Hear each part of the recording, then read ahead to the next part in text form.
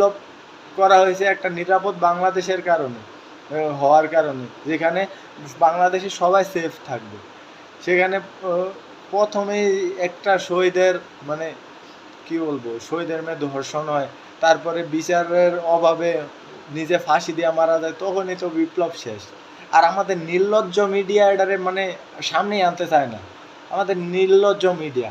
ঠিক আছে, আসিয়া আসিয়া হত্যার বিচার হয়েছে, ধর্ষণ বা হত্যার বিচার হয়েছে, এতগুলা ধর্ষণ বা এতদিন তো পুরো উত্তাল হয়ে গেছিল মিডিয়া, একটারও বিচার হয়েছে? হয় নাই তো।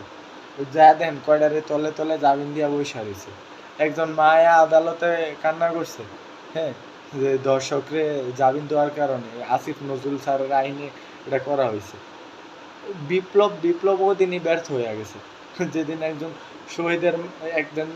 শহীদের মেয়ে ধর্ষণের শিকার হয় আর ওই বিচারের অভাবে ফাঁসি দিয়ে মারা যায়, ওদিনেই আমাদের বিপ্লবের মায়ের বাপ কইরা দিছে আসিফ নজরুল স্যার, বুঝছেন?